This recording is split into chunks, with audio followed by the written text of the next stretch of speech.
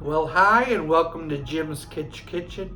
You know I love trying unique things, right? Well, I found another Whopper. It's B.L.T. soup. It's soup that contains bacon, tomato, and lettuce. For real, lettuce. Let us make it now. I've got 6 slices of bacon. Let's chop it up and cook it up with the chopped onion. I want it to get nice and crispy. Looking good. To that, I'm adding 27 ounces of chicken broth and a can of diced drained tomatoes.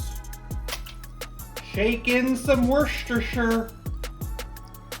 I'm gonna bring it to a boil, and then I'm gonna cover it and simmer it for 10 minutes.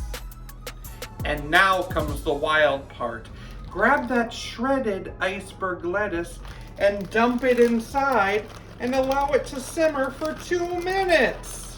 I've toasted some bread cubes, and I'm gonna serve the soup right on top of that. BLT soup. Let's try it.